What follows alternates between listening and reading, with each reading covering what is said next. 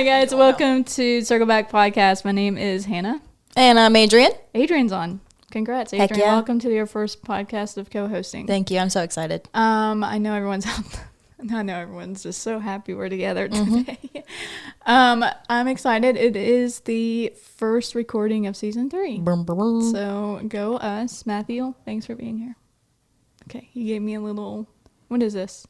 Surfer boy? No. Yeah? Rock surfs on? No, surfs not, up? this is rock on.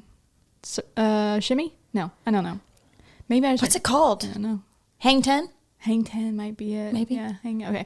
Anywho, so I'm excited about this. We do have our first recording of the day is Kammy. Hey, Hi. Kammy. Hey. How's it going? Good. Good. So I just want you to know, you are in the new room of podcasts that we've ever done. Yay. Usually we had like this room set up, but we don't anymore. So congrats. Yay. It's our first time ever recording with video, and we have all these lights in here. It I feels a know. little, I hope it's not intimidating. No, it's nice. I feel like it. okay. Great. Yeah. All right. I'm glad to hear that. So I have known Kammy for Long time. I guess 24 hours. Mm-hmm. Yeah, I would say about 24 hours now. Yeah. Well, maybe It's not actually that like long. 48, I think, isn't it? I'm thinking it's a little longer. A little longer than that. Yeah. Okay, so not super duper long. Kammy came along by my Facebook. I had seen, this is very interesting. I want you to know because I have a bad habit of not accepting friend requests. Yeah. Ever. Ever. Yeah. And it's not because like I don't like people. I just I'm I the try. same way. Yeah. Okay. Yeah. Okay. I try not to spend a lot of time on it, and Yes. the more junk I have, the more I'm gonna be on it. Yes. And so, unless I know you really well or you're in my life, I don't usually accept it. Yeah. It's terrible. So I'm not sure how you got there. Congrats. Thanks. Yeah. I know. I don't know. Awesome. You're. But anywho, but I saw you on there, and you share a lot about your family and just what you do every single day life, and Yeah. I thought that was really cool. And I'm not one to. Usually I'll see those things. I'm like, okay, I'm gonna keep going because I don't know. Right. But I never did. I always read. I'm like, Yeah. oh, what are they doing at their track meet today? And that is a testament to you because they are long sometimes. I am not the most short-winded person. No, they're always really good though, so I thanks. appreciate it. But anyway, so then I decided, I'm just gonna reach out to this person. Yeah. And you were gracious enough to meet me and not think I was a psycho for being like, hi, you want to go to the Celtic Cup with me and talk? But yeah, so that's how we got here. Yeah. And so I just really appreciate you being able or willing to come out and speak and to strangers. Yeah, absolutely. Not only strangers out there, but in the house. Yeah. And we're going to become friends, and it's going to be great. Yes. So don't hit me. No, I know, I'm just I'm kidding. We kicking just you met. down No. So I'm really excited for this. Yeah, so I me hope you too. are as well. I am. Okay, you ready to dive in? I'm ready. Tell me about the day you were born. So it's June 27th. And June 27th. Yes, Mine's it June was. 9th. no way. Yeah, Awesome. so- June birthdays. Yeah, so we just had them. Happy Yeah, birthday. we did. You okay, too. thank you. Did you do anything fun? I was on vacation on my birthday. Ooh. This 2 years in a row. So I feel Where? really. So this year we were out west. Where? We went to South Dakota to visit my Wow. sister-in-law, and so but we did all the things along the way. Oh, so pretty. Oh my gosh, it was the best thing ever. My oldest is about to go off to college in like a month, and we Wait, I'm sorry. ironically- Back up. 17, 18? 18. Were you 10? No, I'm 41. Yeah, 41 now looking we good. We did On have we started our family very young. So I was 21 when we got married, 22 when I had Daniel. Wow. So That's awesome. it's funny to see because he's 18 and then my youngest is 6, and so with Daniel we're like the really young parents, and then with London we're like the really old parents. I get that. Yeah. Get you your know. walker out, Yes. taking him to school. Yes. So would you rather go, are you more of a mountain person or a beach person? I am so both. I love the mountains and I love the beach, and my husband is 100% the mountains. Okay. 100. This was a great This was his trip, yeah. But it was mine too. Like we just got to, I don't know, like really bond with the kids, and it was a long road trip, and it was just, it was sounds the amazing. best That's trip awesome. I'm ever. glad you got to do that. Yeah. Do you sometimes feel like the beach, like the mountains is a place you go to like really chill out, and then the beach is more like you get to chill out, but it's always a little chaotic. It is. You know, you have to worry about drowning. Yes, and then you sand's do. everywhere. And sand everywhere. stays Yeah. around I mean, for weeks. It's beautiful, but like Yes. there is a little bit of a chaotic Yes. time going on. Especially with littles. We've been doing, Yeah. so our beach trip, we piggybacked that on the bus. So we went to the mountains for 2 weeks, and then my side of the family does a beach trip almost every summer. So then we like went straight into that. And when the kids were all very small, it was just, That's It's a little terrifying, I think. It's wild. Yeah. It's not always much of a vacation. It's fun, Yeah. but it's just a lot. It's a lot of work. And so now that they're getting a little bit older, yeah. and they all can swim and stuff, it's definitely a little bit more relaxing. But yes, there is still sand I mean, it's everywhere. everywhere. And I feel like can't you avoid always it. have to bring more with you to the Yes. beach. Yes. Like, you know what I mean? You cannot, Yes. it's just, I do like the beach I a do lot. too. And I really want to go. Yes. I've been, the bells are ringing. Yeah. That's my cat. I've been really, really wanting to go to the beach the last like couple months. But definitely with like Elias, we could I'll pack all the stuff, get to the beach, and he's good for like 15 minutes. Yes. And then he wants to leave. And it's like, ay, ay, Yes. ay. Like, That is part of it for sure. Like when the kids were little, it's like we would laugh because we would go to the beach and we would spend 30 minutes at the beach, and then they'd be like, can we go to the pool? And we're like, we can go to the pool at home. yes. You know? Yeah, but I like the pool. I don't swim in the water. Yeah. I'm not a big ocean person. I like to be away from that. Yeah. My prime time to go to the ocean is like 6 p.m. Yeah. because so we took Elias his very first time about, I think it was 2 years ago, went to Florida to visit a friend of ours. And we got there. So the morning we left, he just like fever of like 103. Okay. And I'm man. like, dang, like, Yeah. so we take him to the doctor, and the doctor's like, I think this is just like a back, like, I think he'll Yeah. be fine in a day. Yeah. And I was like, okay, if you or me, would you go to Florida? She's like, yeah, go ahead. So we get about, I don't know, 30 minutes down the road, projectile vomiting. Oh, no. It's like a nightmare. And I'm like, oh my gosh. And like, as first time parents, you know, you have this vision of what your first beach trip is going to look like. And you're like, oh, it's going to be great. I mean, everyone's going to be laughing, and it's going to be so fun. And so and it was the first time he's ever thrown up in the car. Ugh. And I'm turning around, and I'm like putting my hands in Yes. front of his face. And I'm just like, oh my gosh. So we like pull over, clean it all up. And he's like, I feel better, I feel good. So we Yeah. just keep trucking. Oh, no. And he did great. I mean, Oh, good. honestly, he was great. We get to the place, and his fever is broke. And I'm like, okay, I think we're okay. The next day, from head to toe, I mean, blisters everywhere. Turns out he had a hand, foot, mouth. No. Yeah. Yeah. And which I will say, so we would go down to the beach at like 6, Yeah. and he'd get in that salt water. Yeah, And I it bet that and helped. it felt, I think he was great, but Yeah. he's also a redhead and doesn't like to be hot. So it was an experience. That's Let me tell Kids. you. Yes. Yeah. Yes. Little I'm angels. really promoting The beach. the beach, having kids. Yeah. Yeah, you got. If you can't tell how much fun it is, you should try it. Yeah. I hope to go soon though. Yeah. He's been asking to go. Yeah, it's a lot of fun. I'm hoping. Yeah. It's just the closest one here is like 6 hours. It is. Yeah, it's a drive. It is. Ugh, I know. don't know. I don't know know. about it. All right, let's dig into the real stuff. No, so you have a kid going to college. I do. I'm struggling. How's that going? It's it's the weirdest. I keep saying bittersweet. Where It's is he like, going? Is he going away? He's going to Carson Newman. Okay. So Oh, it's okay. about 3.5 hours away, which is not terrible. I went 3.5 hours away from home to college. Yeah, it's So- always different when that's a you're the good- kid, though, right? So you're like, different. oh, I'm leaving. Yeah, Like, like it's totally fine. I'm really close. Yeah. It's not that big of a deal. And now I'm like, you're that far away from me.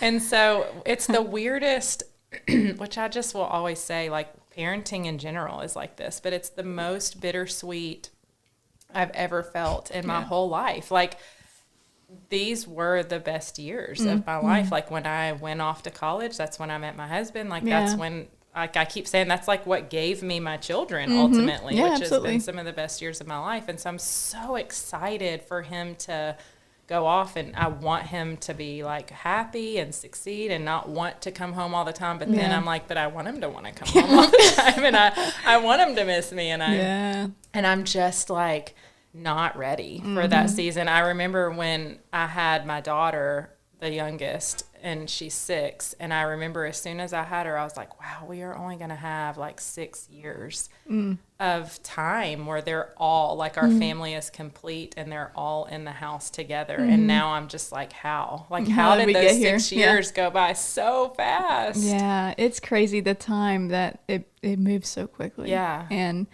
I only have one, and he's going to kindergarten, and like, it's just, I just know it starts here, and then it's 5th grade, and then it's a senior, and then he's gone. And that's the thing, is you hear this your whole life. Like you hear it. People tell you, oh, it flies.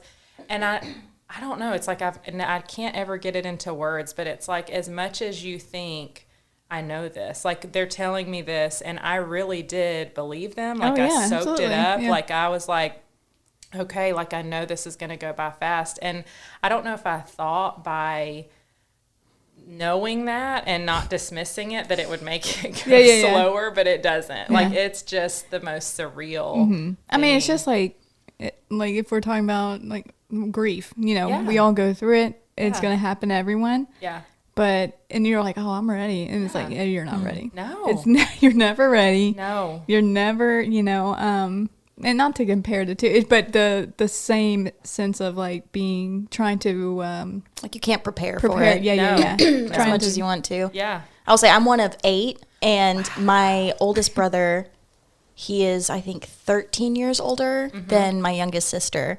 So she was, I guess, 5 when he graduated high school and went to college. And it is like 2 separate families almost, the older family and then the younger family. And it's like we've gotten to know our older siblings all over again since we've graduated and gone to college, all that kind of stuff, which is really cool. It's really neat to have that dynamic of the older siblings who kind of raised you.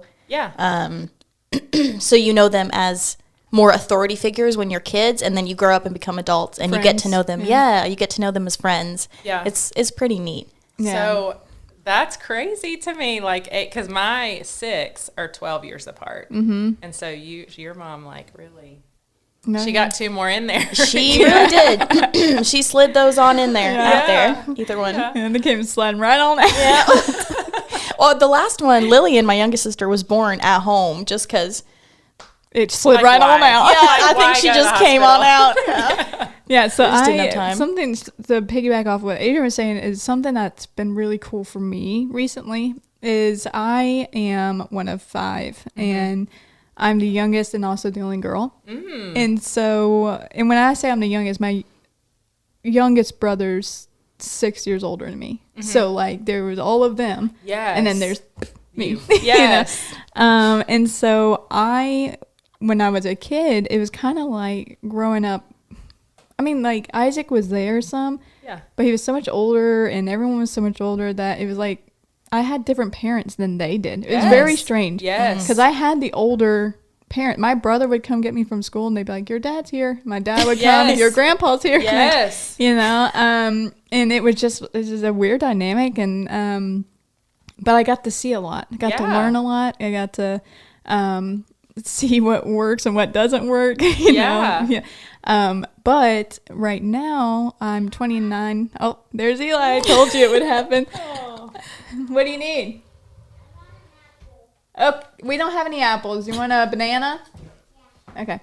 He's going to get a banana. I love it. But, so what was I saying? Craig? You were saying they'd pick you up from school. Oh, yeah. So recently, the last couple of years, my brother Craig, which is the oldest, has moved in with me. And he lived in Ohio basically since I was born. So I didn't get the time with him that I wish I had. And now we're at this stage in our life, and like he's one of my best friends in the world. I love that. And so we get along really well. we have the same personality in a lot of ways. And it's just interesting to see the youngest and the oldest and how that comes together and forms this friendship. And I can only imagine for my parents, it's a beautiful thing to be able to watch your kids like each other. Yes. You know, because that's not a true statement for a lot of families. It's not. And it's interesting you say that because, so we have, our oldest is a boy, and then we had a girl, and then we had 3 boys, and then our youngest is a girl. Wow. And so, and I grew up with sisters, and so I always thought it would be fun to have boys, and I have boys. And so. Plenty of them. Yes, plenty of them. And so when I did find out that I was having a girl, I've always been really close to my sisters, and so I was like, man, I would love for her to have a sister. And so anyway, then we proceeded to have all these boys, and now Lily and London are 10 years apart. Okay. And so they really do have a sweet relationship, but they're 10 years apart. They're not really like the same sister bond that like me, I'm like 3 years older than one and 5 years older than the other, you know? And so it's really neat for me to hear that because I keep thinking while they have a sweet relationship now, it's not really a friendship. Were you trying not to cough? That's always the Her eyes are watering. She looks like she's about to die. I'm so sorry. Just cough. No, go for it. Okay. Well, I was like, It takes the pressure off. well, at first I burped, and I was like, okay, I'm not gonna like burp out loud, obviously. And then I'm drinking this energy drink, so it's like kind of like a hot sour type thing going on, and I was like, oh, that's funny. Okay, woo. That's great. Sorry about that. No, you're good. We'll edit that. No, just kidding. We won't. We edit all the real stuff. Yeah. But yeah, it will come though. Yes. I truly do believe that because it's it's very interesting to be so much younger than the rest of my siblings. However, now that my mom isn't here anymore, like I always think, man, I kind of wish I was first, and then me and my mom got to be, you know. Because a lot of my life she was sick. Yeah. But man, she taught me everything. I mean, my mom was the one in the yard throwing baseball with me, things like that. And so like we had a great relationship. But I always think, man, what if I had been first? Yeah. Like, what would that have been like? Yeah. But when my brother and I talk, our parents were not the same in a lot of ways. No. Yes. Were we talking about that? Or maybe it was you and I don't know. I had just talked to someone about, or maybe it was Craig, about how it's literally like you are growing up in different families, which is interesting because that's why when you look at your siblings, some of them have stories that you're like, that didn't happen. Yes. And you're like, no, it did. Yes. Like, I've had so many conversations with people like that. And like, I'm 5 years older than my youngest sister. And when I really even think about our lives, and we're not really that far apart, like, you can kind of see different things that your family went through, and you're like, wow, like they had a different experience really than I did. And so I do look at my kids, and of course we all know, like when have your first child, you are literally like learning how to be a parent with that child.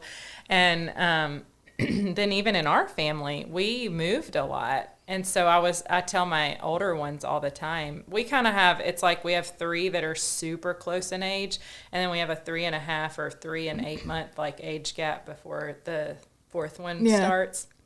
And those 3 are a little more spaced out than these 3, but we always seem to refer to them as the big 3 and the little 3, and our 4th one does not like that term at all. Gosh. I tell you what, yes, there were the older ones, and we were the little girls, because the last 4 are all girls. Yes.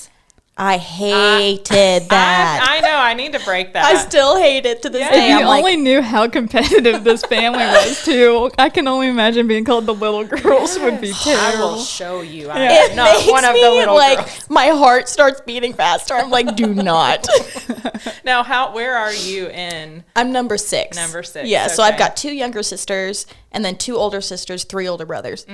That's awesome. Yeah, and they're literally my favorite people in the world.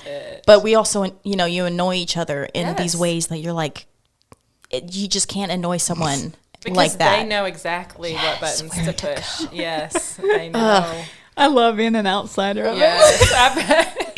It's just, and even as a parent, you're kind of an outsider. You're like, I know you are doing this. And do you know the amount of times I've heard among my kids, they're only doing this just to make me mad. And while I know sometimes it's true, there are other times that I'm like, I really don't think it was that way this time.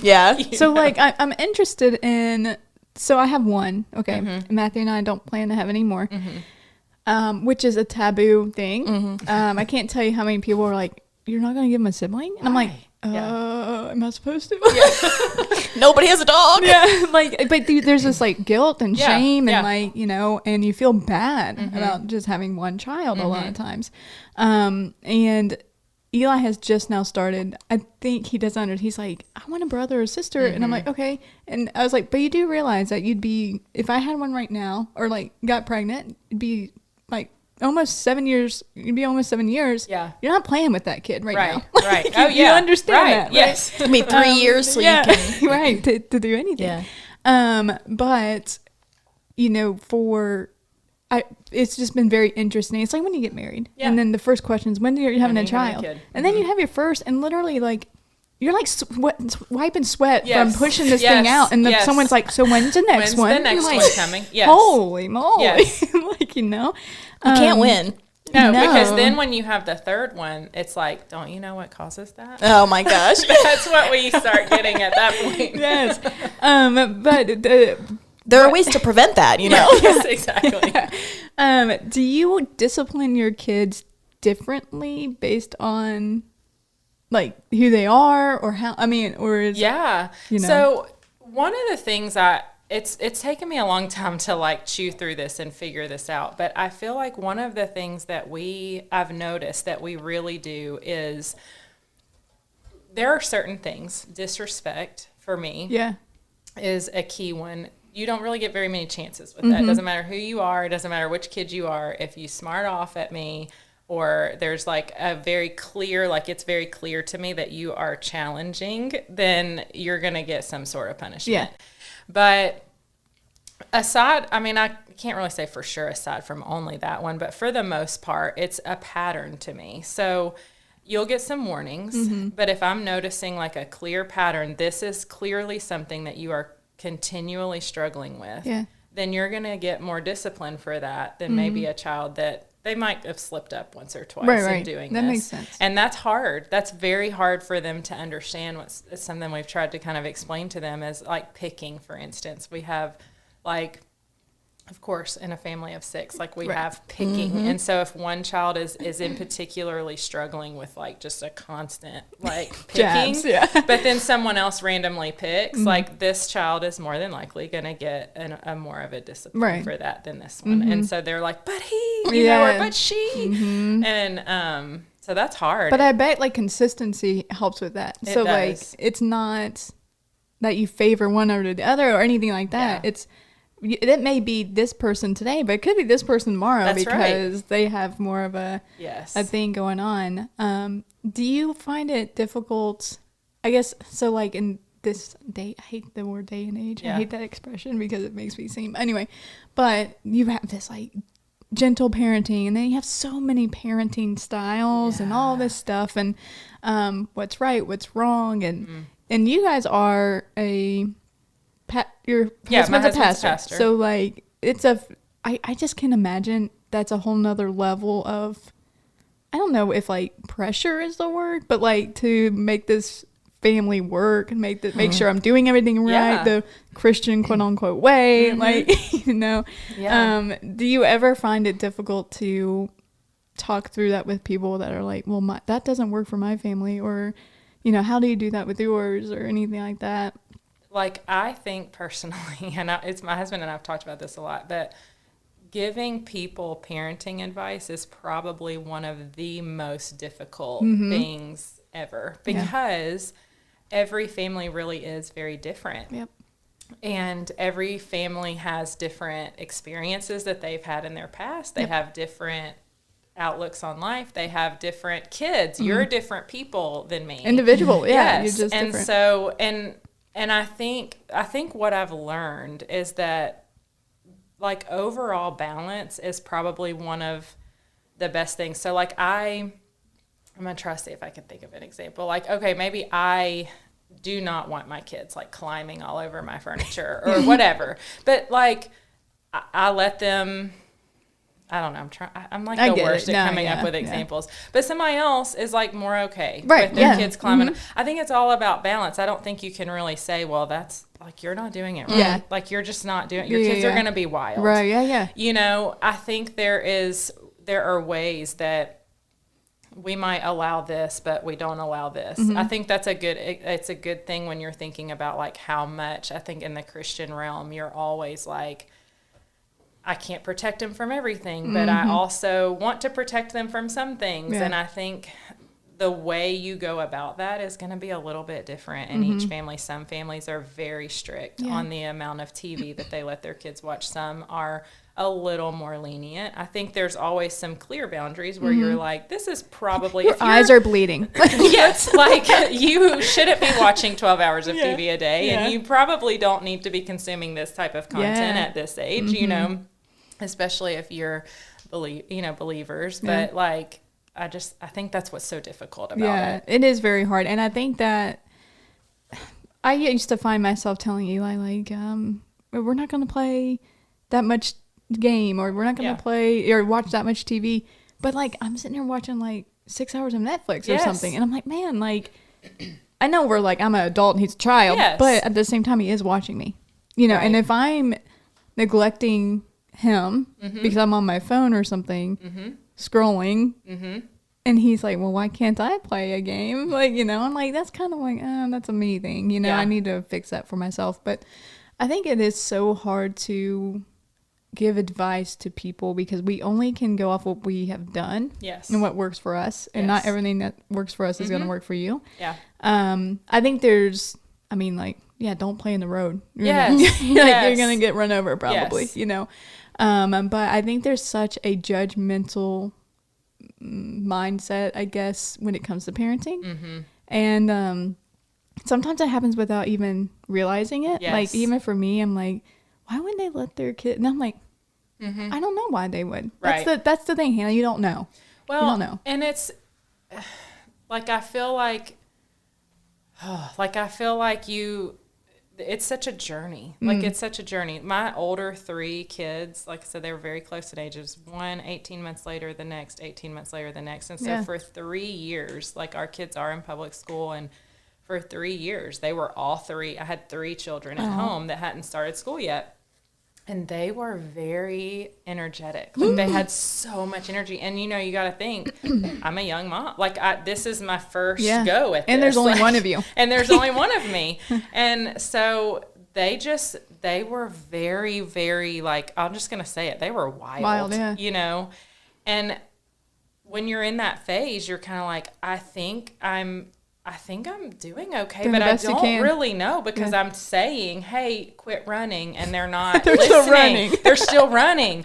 And I'm like, am I asking too much of them, or am I just not, or do they not respect me? And so it's a lot of navigating at that season of trying to figure out, like, are they not listening to me? And that I need to get a hold of. That is something I'm like, I can say, I think your kids need to respect you. Like, then if they respect you, like, all the other rules, I don't mean to say can change as if, like, you should just be a constant wave of changing. Like, you need to have some consistency. But the other rules can change. You can decide if you want to make them eat their dinner, or if you want to just say, well, you don't get a snack until, like, you know what I mean? Like, those things can change, but they need to be able to respect you.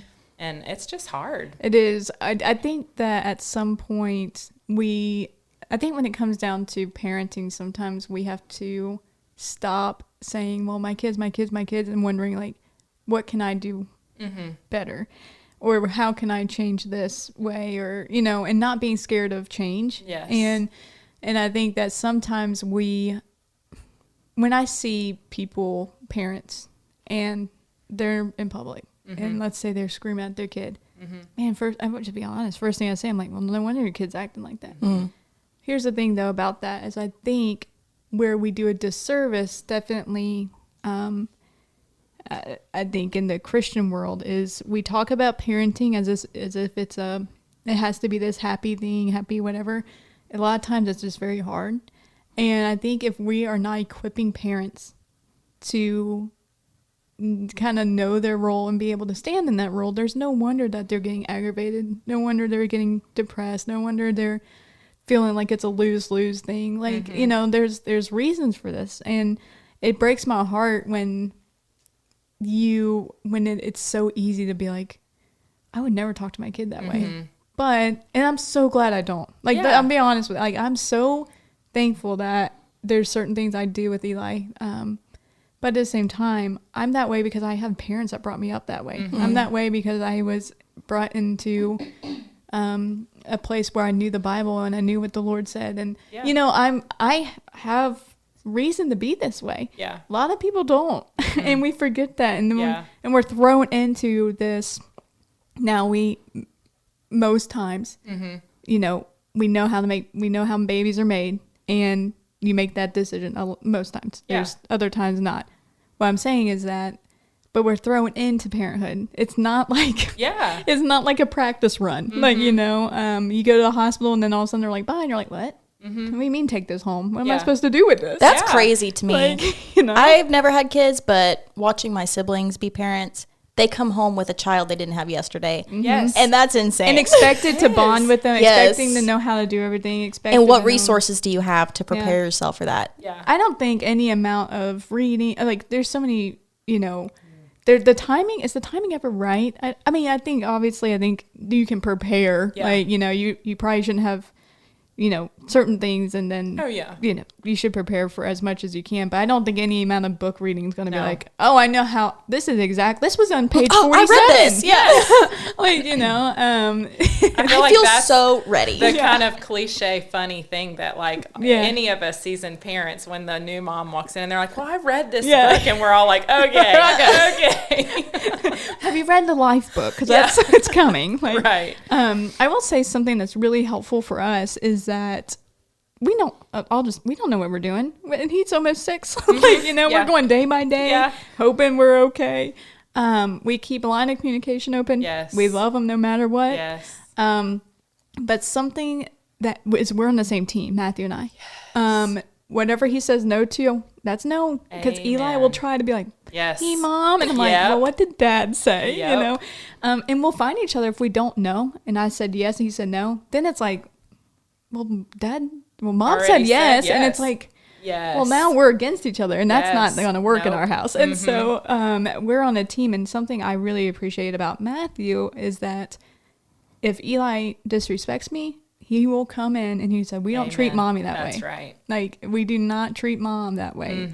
And that's something that I really do appreciate of Matthew, because it helps him understand it's not like I'm just being defensive to you, Eli. Like, we don't talk like this. That's right. And for my husband to defend me in a way of like, hey, we don't do that, you know, here. And we try not to speak to each other certain ways when Eli, I mean, when he's not around, it's WWE. No, I'm just kidding. I was joking. Game on. It's like we say whatever. No. But that's something that has been really important. And Matthew just started doing that one day. And I've just noticed it. And it's something that my parents didn't really do. It was very much, my mom was everything, and my dad was just like, ask your mother. and it's like, okay, that's great. But like, to be a true team is, I think that's the key. I do too. Like, I am hands down, I feel, and you know what's interesting? This is something my husband and I were just talking about. Like, we've had kids for 18 years, you know, and we just kind of were like, he was like, do you realize, like, in the Bible, you never see the word parenting in the Bible. You see mothering and you see fathering. And I was like, oh my gosh, you're right. And that's one of the things that, even as a mom, like, my husband is such a steady, like he's such a good dad, and he's such a good husband. And there are times that I'm like, man, like, I need to be a little firmer, or I need to be a little, it's okay that that he is, not that I'm never the disciplinarian, but that he can be this way, and I get to be this way. Like, he can strengths and weaknesses. Yes. Right? Like, he can say no, and I can say, but we still love you. Yeah. Like, it's okay that we do, but that's a team. Yeah. That's a true team, is not having to be the same person, but still being on the same page. Yeah. And that's been something that's been really just encouraging to me lately, is knowing it's okay that I'm different than him, and I am providing something for these kids, and then he's providing something for these kids. But I agree, like, we've always been the same way, like, just a team, like, trying to, and that doesn't mean we always agree. I was just gonna say on everything. Like, there are times that I'm like, I don't know if you handled that right. And he's like, I don't think you're gonna have to do a little better here. Matthew will say no. I'm like, but why not? Right, exactly. Why are we saying no? Yes. Can you help me? It's a big deal. Yes, 100%. And we try to do that the best we can, like, not right in front of them. But, like, there are times that, like, now that they're older especially, that they'll see it. And I think that's healthy. Like, I think it's good for them to see that we don't always necessarily agree, but at the end of the day, we're going to come together and agree. Yeah, and it doesn't have to be a big, like, my way's better than yours. No. It's just like, show me why you think, oh, that makes sense. Okay, let's do that this time, or vice versa. Exactly. Can we just say how much of a blessing it is to be able to have partners that we trust to parent, or to help us parent. Yes. Because Matthew and I think everyone knows, we got divorced and then came back together, and, like, I was a quote unquote single parent for some time, and that is hard. Oh, I can't imagine. People, man, that are doing that are kicking butt. Yeah. And my mom did that for a long time, and she was married. Like, there are circumstances where you feel like you're just doing this by yourself. Yeah. And, but I will say, I do want to come back and say that Matthew and I were great co-parents as well. But that's not everyone's reality.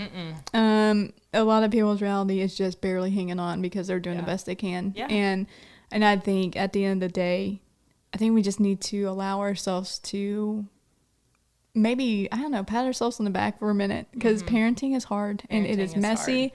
And every single day it's like, is there any reward for this? I mean, I better get, like, something in heaven. And then you'll get, like, some sloppy kiss from him, and you're like, oh. You're like, he's just what I wanted. Yeah. Like, for instance, this morning, right before he came, Eli put the PlayStation, I put up in his room so he would have something to do while we were doing this. And, I mean, I could tell he was just so excited about something. And so I'm doing some stuff, and I said, Eli, what are you doing? He's like, oh, I'm cleaning the controller off. It had Cheeto dust on it, And I'm like, that's disgusting. And so I'm going, and I hear the faucet running, and I was like, oh no. Oh no.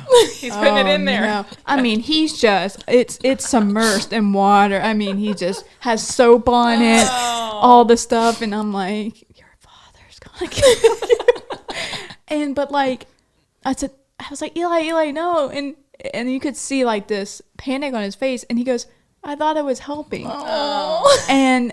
But there's a moment there of where I got to choose, am I going to panic because the $60 controller is now useless? Right. Or am I going to see his heart behind this of being like, he truly thought he was going to do something great. Yeah. And I was like, dude, it's okay. I was like, we just don't put electronics in water. Yeah. First of all, you could get electrocuted. Right. There's that. Want to wash the toaster next. Yeah. Yeah. But it was a cool moment because to see him truly thinking he was doing something good to help everyone out. I mean, we have another controller or whatever, but it's just one of those moments where it would have been easy for me to lose it. Yeah. Just because I'm like, are you kidding? Like, why would you do that? Like, what are you doing? Like, now I have to buy another controller. Yes. This is terrible. And on a different day, maybe I would have. I was about to say, you're going to have days where that's your reaction. Yep, and right. I think that's the beauty of, I think one of the things we've always tried to do is when I lose it, when I have the moments where I'm like, I go back and I'm like, I'm sorry. Right. Like, I'm not above, like, I don't have all of this figured out. And I think your kids seeing that you don't think you're the end all be all, like, have it all together, and they're just these people that are like, I don't know, I think that's another really important piece. I think that is so important just from, as, a former child. I guess it's like your parents should just no longer your parents. Well, I mean, growing up, I thought my parents were like the ultimate authority on everything. And then one day I remembered I didn't remember. I heard someone say something about like their parents are human. They mess up. And I'm like, my parents don't.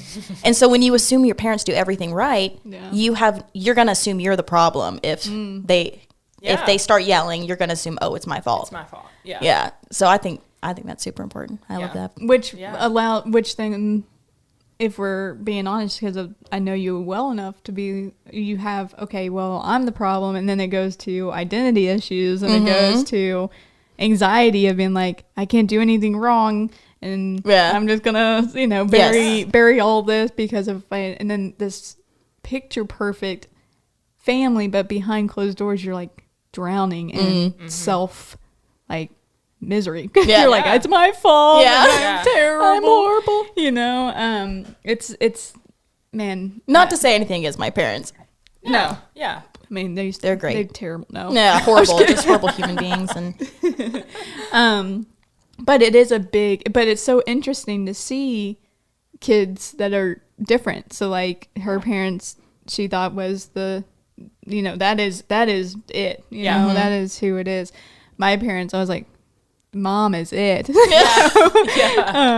And don't get me wrong, like, I have the greatest dad in the world. It was just when it came to parenting, is more my mom than my dad. For me, my brothers may have been a different story. Right, I don't know. But it's just, we have these ideas of our parents, and we are the product of our childhood. We are. I mean, for better or for worse. Yeah. Doesn't mean you can't change that. You can't break cycles, any of that. But if we're being honest, like a lot of the way we think, a lot of the way of things we do because of how we grew up. Yeah. And, which that's got to be a terrifying thought as a parent. It is. Being like, you're becoming their inner voice. And for like years, my husband, before he was a pastor, he was a youth minister for years. And so we worked with teenagers. And I mean, I can honestly say, from like watching teenagers for years and watching them age out of the youth group and move on into adulthood, like, you have all these arguments about whether you should homeschool, whether you should private school, whether you should public school. And you have a big family, so people are like, they're homeschooled for sure. Yes, that's been assumed so many times. And so you have all of these different things that people are like, this is going to help them turn out this way. And this is going to help. If you don't have any electronics, they're going to turn out like this. And if you have all these rules. Yeah. And what I really noticed is 9 times out of 10, there is always the exception. But kids are like their parents. Like, they really are. Your parents are your most influential. We worry about the friends they have, and you should. Like, we should worry about the friends they pick and all that. But ultimately, you are the most the thing that will influence them the most. Yeah, and even it's interesting too is, so I'm going to talk about Matthew. Is that okay? Okay. So even for someone like Matthew's father wasn't around. And so, but even then, he is a lot like his dad in a lot of areas. He has great things, and his brothers have things, and it's like, so even when you're not around, it's your product is out there. And that, it's kind of like, this almost brings me to like just the topic of like being so careful. I feel like I want so badly to just scream sometimes at women and men, both young women, young men, like, please be careful, like, who you marry. Yeah. It is so important. And I think so often we focus a little bit on like, oh, but I'm so in love or all of that. And it's like, do you like each other? Do you enjoy? Are you friends? Are you friends? Do you actually enjoy spending time with this person? You don't have to like all the same things, but like, how do they treat a waiter or a waitress when you go out to eat? Little things like, just, do they have integrity when nobody's watching? Like, do they value the Bible? Like, how do they want to raise their kids? Do they want kids? I don't know. There's just so many things I think to talk about before marriage, even, because this is do you want your child to turn out just like this person? Yeah. And I think it's, so the friendship thing, like Matthew and I, for a long time, it was like we co-parented so well. Yeah. And we were great at it, honestly. Yeah. Like, we were on the same team when it comes to that, but everything else was like, we're strangers a little bit in the house. And so we had to come back to this it sounds so simple, but the very simple reality of like, wait, can we remember we're on the same team? Can we remember we're friends? Can we remember a time before all the anxiety and all the pressure? And, sometimes so last night actually. I think I had one of the worst panic attacks I've had in a long time. And part of me was thinking, oh my gosh, what if this is Eli's future? Mm-hmm. Like, what if my anxiety and my depression, and what if all of this is Eli's future, and what do I do? And like, I'm so like, you know, I remember when I had Eli, Matthew and I weren't in the best place either. Mm-hmm. And I remember, I think I said to my mom, I was like, how selfish of me to bring a child into this world, and like, for what? To struggle with who he is, to struggle with his, you know, and all this stuff, because I was going through all this stuff. And so it is so difficult to put a line there of parenting, to understand first, to trust the Lord with them. Yep. Is, I think, the key. But if you don't have that, it's just so scary to know that you can go through things and it doesn't have to like be their identity. Does that make sense? Yes. Like, you know, when Matthew and I got divorced and all the stuff we went through, like, we were very open with Eli. Mm-hmm. He knew everything. Mm-hmm. Now, when I say that, we did not put the burdens of what we had on him. Yeah. But we stayed up with him when he asked the hard questions. We didn't back down when he asked the hard questions. Right. You know, why is Daddy living in a different house? Why is this happening? Why is that happening? Like, those are uncomfy. Yes. Because you don't want to admit fault. There are more uncomfy questions coming. Yeah, right. Well, I mean, so you might as well get used to it. He even, asking me about how babies were made, all of this stuff. I'm like, you're like 5. Like, yes. You know, but like, we don't back down from those questions. Right. And as uncomfortable as it may be to admit wrong, when it's like, you could be as easy, like, oh, it wasn't a big deal. No big deal. No, this is a big deal. You know, he'll talk about my mom dying, and he'll be like, I miss Nanny. And I'll be like, yeah, me too, buddy. Yeah. Like, he has seen me cry. He has seen me do all the things. And, but I listen, I think. And I don't know what Eli's future holds with anxiety, with any of his emotions. Yeah. What I do know is that I'm just going to trust the Lord to help me every single day. And I'm going to trust him with him. Yes. You know, and that because it's scary. It's very scary. Yeah. And I mean, now, like I said, I have this one going off, and he's about to make his own decisions that hopefully I've prepared him for. But that is one of the hardest things, I think, is realizing that, because I struggle a little bit with anxiety too, and being able to see some of my children that have some of those same struggles, it's very like I gave this to them. Like, discouraging. Yes. Like, and as much as I feel like I've tried to, and not hide it, it's not like I try to hide it, but I try to maybe manage. Manage it better. Like, I don't want to completely fall apart in front of them and then be like needing something. And like, so if I'm having a panic attack and they literally need me to, I don't know, brush their teeth or something, like, I try to still brush their teeth, you know? But like, it's just them still seeing it sometimes. They just learn it. And while it's very hard, and I mean, I have definitely, like, I've had moments where I've cried to my husband, and I'm like they have this because of me, you know, and he's like, but they're watching you walk through it. Like, you're also teaching them how to deal. Yeah. Which I think is more important. It is. They're going to struggle, you know, so. I think that's a great point. I think that there's 2 sides to every coin, right? And, you know, we could focus so much on our struggles and what we deal with and all this stuff, but it's like, it's okay also to look behind you and be like, I'm proud of myself. Yes. Like, and I think my child can grow up being proud of me as well. And to see that, not that mom was this emotionless Superman. Like, no, I don't want that. No. I want you to see mom and dad made it through by taking steps, by going to therapy, by, you know, taking the steps they needed to take to get to a healthier them. Yes. One of my personal things is I like to read, and when I read my Bible and stuff, I like to do it in a quote unquote public setting in the house. Yeah. Because I want my son to see that. Now, there's times where I do it in my room and I have my time. Yeah. And it's not, I hope that doesn't sound like conceited, like, look what I'm doing. It's not that. but I think it's important for him to realize, like, oh, she's reading, but, like, she can also walk away for a second if I need her. Like, you know, it just, it's like an everyday thing. It's like me washing dishes. Yes, like, you know, it's just that normal, I guess. And I just think that parenting is one of those things that I don't think we'll ever get right on this side of heaven. I think we just try our very best and hope that our identity, you know, and for me personally, being a Christian, like my identity in Christ helps me put one foot in front of the other. Yeah.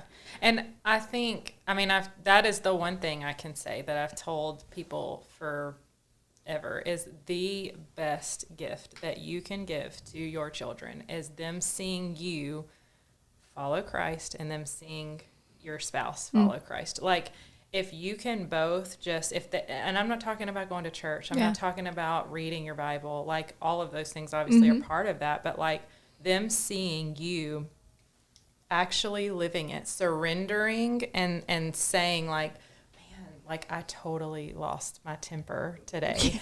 And I did that because I am still a sinner and I'm still battling my flesh. But then tomorrow they see you, like, bite your tongue or, you know, like, them seeing us be human, right? Us be human and not being one way here and one way here. And of course we all, there's always a little bit of that, like there just is. But them seeing that you acknowledge that too, and that everybody has a little, I just think it's this humility, but them also seeing you practicing what you say you believe. Like, that is the greatest gift I think that you can give, because they're just going to see it. They're going to see, like, this is what actual Christianity is. And you know, because I'm a believer, I do believe that, like, following Christ is the way. Like, that is the way. So, and I mean, it's not only the greatest gift you can give them, it's the greatest gift you can give yourself. Absolutely. And your spouse. Yeah. And to understand, like it's okay to lose it sometimes. Like, you know, we're human.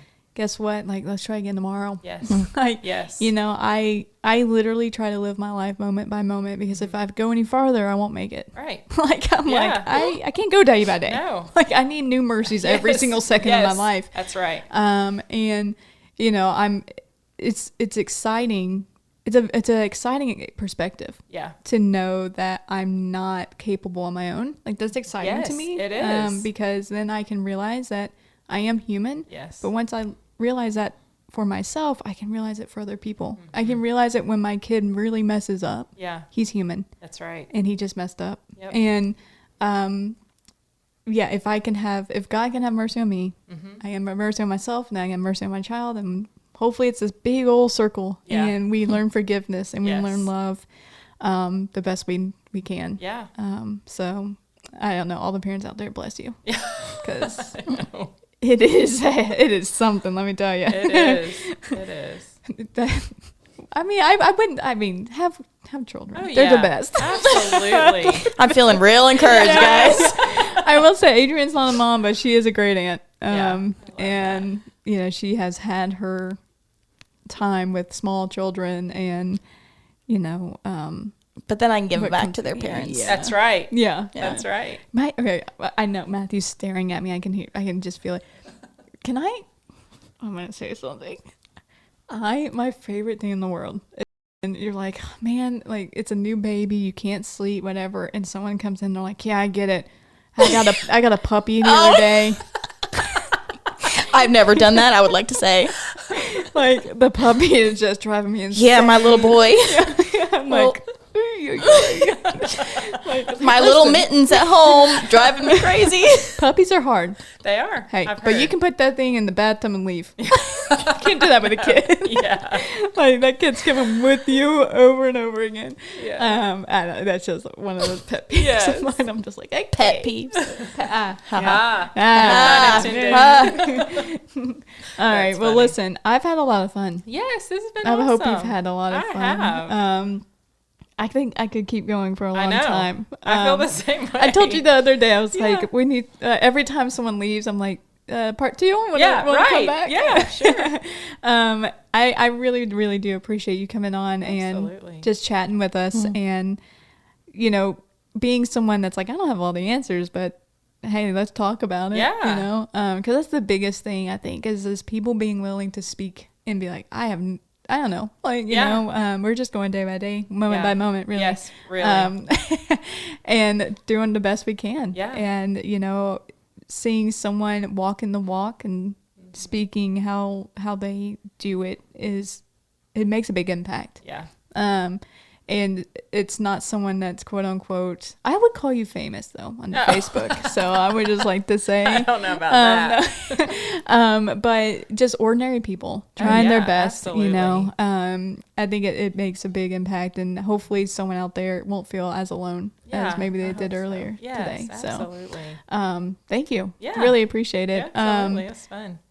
I do want to give a quick shout out that if you guys are on Facebook, go to Kammy's page, because you also do Plexi. I do Plexus. Yeah. Mm-hmm. Okay. Yeah. It's gut health. It is gut health. Yeah. And sponsor us, please. No. It's all about gut health, and you have personal testimony of that. Yes. How it kind of changed your life. It really has. Yeah. Especially, it's funny because I feel like for me, when I started the products, like the gut health was the thing. Yeah. And it helped me balance my hormones and all, like so many things that I didn't feel. I mean, I did feel different, but I don't know. Like I felt really good, but I was able, like I was getting some things checked, and so I was able to like kind of see what it was doing on the inside, if that makes sense. And so that's what really kept me.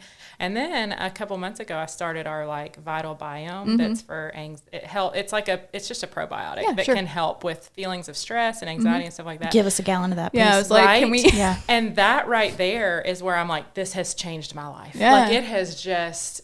And I don't know why. Like I took so long to try it because it really did help. I just struggle. Like my anxiety's in my stomach. Same. That's how I feel. Yeah. And so it really just gut health has helped with that. Like I haven't had near as many panic attacks with that, but the Vital Biome, man, that stuff I was like, oh my gosh, like I just feel so We'll talk different. later. Yeah, I was to say. Man. Well, seriously, check it out. And you can always contact Kammy and get you a gallon. A gallon? Is it a pill? I don't know. A bucket? Whatever it is, we're on it. Yeah. I don't care. I'll bathe in it. I'll sit in a barrel. I don't care. It comes with your very own loofah. Oh my goodness. Perfect. But yeah, so thank you again, Adrienne. Yeah. Oh, Jesus. I just help us, Lord. She poked me. Yeah. The one rule. Yeah. The one rule. Don't hit the mic. But I hope you come back and hang out with us some more. And we love you and love you guys and hope you have a great day. Yeah. Circle back out.